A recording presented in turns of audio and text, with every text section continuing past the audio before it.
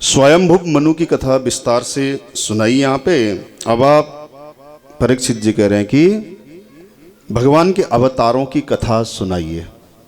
अब यहाँ से अवतारों की कथा शुरू हो जाएगी यहाँ से। तो सुखदेव जी ने समझाया कि राजन सुनो, एक कल्प में 14 मनवंतर होते हैं। अब संकल्प सुनना, जो ब्राह्मण लोग सुबह करते हैं ना पूजा के समय पे संकल्प, उसमें सभी बातें आती हैं ज्यादातर कुछ इस तरह की, जैसे एक पलक झपकने का जो समय, वो एक क्षण का समझना। अब कैलकुलेशन का टाइम है। अकाउंट्स के मामले में मैं तो थोड़ा कमजोर हूं, आप लोग थोड़ा ठीक होंगे। मैं पूछता रहूंगा, आप बताते रहना, ठीक है ना? तभी कथा समझ में भी आएगी आप लोगों को। तो आप सब जानते हैं ना कि एक क्षण यानी कि 1 सेकंड का लगभग मान लो टाइम, इतना एक क्षण। तो ऐसे 60 सेकंड मिला लिए जाएं तो कितना होता है? 1 मिनट। और 60 मिनट मिला लें 1 घंटा। और आगे की बात मैं बताता हूं, 3 घंटों को मिला लिया जाए ना, 1 प्रहर होता है। समझ में आती है ना? प्रहर जो पंडित लोग बोलते हैं। और एक दिन में 4 प्रहर होते हैं। 4 तियां 12 घंटे का दिन होता है। समझ में आ रही है? देखो कितनी साइंटिफिक कथा है टोटल ये। तो 4 प्रहर का रात, 12 घंटे की रात यानी कि, और 4 प्रहर का दिन, ये 24 घंटे हुए ना, तो इसको मिला के दिन रात बोलते। एक तिथि बदलती है, लगभग 24 घंटे की एक तिथि। इसमें कभी कभी आधा 1 घंटे इधर उधर भी हो जाते हैं, तो तिथि कभी 2 हो जाती है, आगे जाके मिल जाती है। तो ये ज्योतिषीय गुण है। तो इस तरीके से 15 दिन और 15 रात को मिला के एक पक्ष बनता है। और ये पक्ष भी तो 2 होते हैं ना, कौन कौन से? कृष्ण पक्ष और शुक्ल पक्ष। तो ये 2 पक्ष मिला के एक महीना, समझते रहना आगे। और अब इस तरीके से 2 महीने मिलाकर एक ऋतु बनती है। ऋतु कितने हैं? 6। कोई 8 कह रहा है। 8 कौन कह रहा था? हाँ 6, पढ़े लिखे हैं सब। तो 6 ऋतु हैं। समझ में आती है? बहुत सुंदर कथा है। अब ऐसे 6 ऋतु होते हैं और 6 ऋतुओं को मिलाकर एक साल, 6 दूना 12, यहां तक। अब एक वर्ष के अंदर भी तो 2 छमाई होते हैं ना, 2। अब एक छमाई यानी कि उत्तरायण, एक छमाई दक्षिणायन। ध्यान दो, जब उत्तरायण होता है तो तब शुभ कार्य इत्यादि खूब होते हैं। जब दक्षिणायन सूर्य जाते हैं तो ये साया वाया बंद हो जाता है 6 महीने के लिए। वो सारी बातें हैं इसमें। तो अब इन 2 अयनों का एक वर्ष, यानी कि वही उधर से ऋतु के हिसाब से मानोगे तो 6 महीने का, इस तरीके से छमाई के हिसाब से मानोगे तो 2 छमाई का 1 वर्ष हो गया ना। अब ऐसे 4,32,000 वर्ष का है कलयुग। समझना, पढ़े लिखे लोग बहुत ज्यादा ध्यान से समझना इसमें। 4,32,000 साल का कलयुग। और इतने वर्षों का डबल कर दो, कितने हो गए? क्यों भाई, पढ़े लिखे हो, पीछे बैठे हो? 4,32 का डबल कर दो, कितने? 8,64,000 वर्षों का। ये द्वापर युग। बता रहा हूं मैं युगों की परिगणना, ज्योतिषीय हिसाब से और भागवत के हिसाब से भी। और जैसे 8,64,000 वर्षों का द्वापर युग हो गया, तो 12,96,000 वर्ष का जो होता है वो है त्रेता युग। 12,96,000 वर्ष का। और उसके ऊपर 17,28,000 वर्षों का है हमारा सत्य युग। तो आप समझो, इसमें सत्य त्रेता द्वापर कली, सत्य त्रेता द्वापर कली, इसको जो ये चारों की जो श्रृंखला चलती है ना, उसको एक चतुर्युगी बोलते हैं। गणना कितनी खतरनाक है। तो ऐसे 71 से ज्यादा चतुर्युगी मिलकर एक मनवंतर होता है। और ऐसे 14 मनवंतर को मिलाकर एक कल्प होता है। समझते रहे ना माइंड में। तो ऐसे एक कल्प का, ब्रह्मा का 1 दिन होता है कुल। कहाँ पहुंच रही है बातें, ब्रह्मा की आयु कितनी है, समझ रहे हो ना।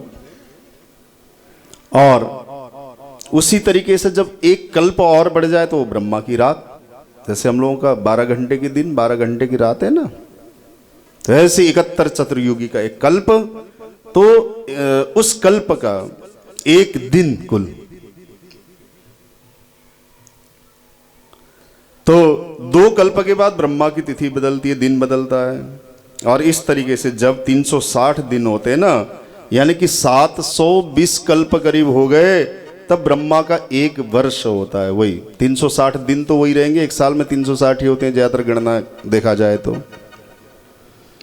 इस तरह ब्रह्मा जी की 100 साल की आयु है। अब समझ में आती है ना कि ब्रह्मा जी 100 साल जीते हैं, वो भी उन्हें भी जाना है कहीं ना कहीं पे। और जितनी 100 साल की आयु है ना ब्रह्मा जी की, उतनी 100 साल की जो ब्रह्मा की गणना की आयु है, उतना ही समय में मेरे नारायण एक बार पलक झपकते हैं, यू नो। अब आपने कैलकुलेटर से पूछो कि मेरे नारायण की आयु कितनी होगी, अब आप समझ लो तुम। जगत नारायण। तो ऐसे आगे की कथा में बताऊं, ऐसे जब 14 मनवंतर होते हैं ना, उनमें से प्रत्येक मनवंतर में भगवान का अलग अलग अवतार होता है। कभी भगवान परशुराम बन के आते हैं, कभी नारायण अलग रूप में आते हैं, कभी बराह बन के आते हैं, नृसिंह बनकर आते हैं, अलग अलग मनवंतर में अलग अलग अवतार। तो अब तक राजन ये 14 से 6 मनवंतर बीत चुके हैं ऐसे, और 7वां वैवस्वत नाम का मनवंतर अभी चल रहा है ना। इसलिए ब्राह्मण लोग संकल्प में बोलते हैं सप्तमे वैवस्वत मनवंतरे अष्टाविंशतितमे। ये संकल्प ऐसी चीज नहीं, कर्मकांड समझने की चीज है। और मैं भी संकल्प करूं कभी तो मुझसे पूछोगे तो मैं तो बता दूंगा, और पंडित लोग ना भी बता पाए तो आप समझना, इसमें संकल्प के हर एक शब्द में पूरे विश्व की परिकल्पना है, समझना। जैसे कि ब्रह्मणोन्नी द्वितीय परार्धे, ब्रह्म का जो 2 परार्ध होते हैं ना, 100 साल की उम्र है, यानी कि 50 साल खत्म ब्रह्मा जी के, 50 साल के बाद का टाइम शुरू हो रहा है इस टाइम, इसमें समझना इसको। और यानी कि ब्रह्मा इज मोर देन 50, चले गए 50 साल खत्म उनके। और इस कल्प में भगवान ने श्री श्वेत बराह अवतार लिया था। बराह अवतार की कथा थोड़ी सी अभी मैंने सुनाई थी ब्रह्मा जी के कल्प में। तो ये 7वां मनवंतर है ना, एक युग में भी तो अब देखो ना, सप्तमे वैवस्वत मनवंतर ये बोलते हैं, उसमें अष्टाविंशतितम है। देखो जब से सृष्टि हुई है, सत्य त्रेता द्वापर कली, सत्य त्रेता द्वापर कली, सत्य त्रेता द्वापर कली, ऐसे कर करके 28 बार ये चतुर्युगी घूम चुकी है हमारे जगत में, इतना टाइम खत्म हो चुका है। तो इसलिए अब अष्टाविंशतितम 28वीं बार है अब ये। संकल्प में सब प्रमाण है माताओं। तो कर्मकांड को थोड़ा समझ के करोगे तो ये सारी इतिहास, सारी सृष्टि सब पता चल जाएगा। कर्मकांड में भी सब चीज छुपी हुई है इस तरीके से। तो खैर हर मनवंतर में इंद्र भी अलग होते हैं इस तरीके से। जो चतुर्थ तामस नाम के मनवंतर में हरि अवतार हुआ था ना, उसकी कथा को आगे लेंगे।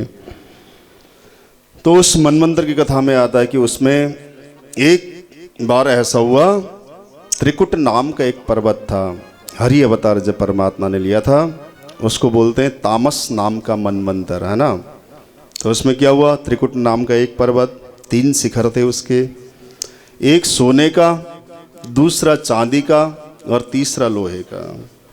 त्रिगुणात्मक प्रवृत्ति की बातें। अब सारी कथा समझने के लिए कुछ दिन क्लास तो लेनी पड़ेगी मुझे, मेरे से आपको।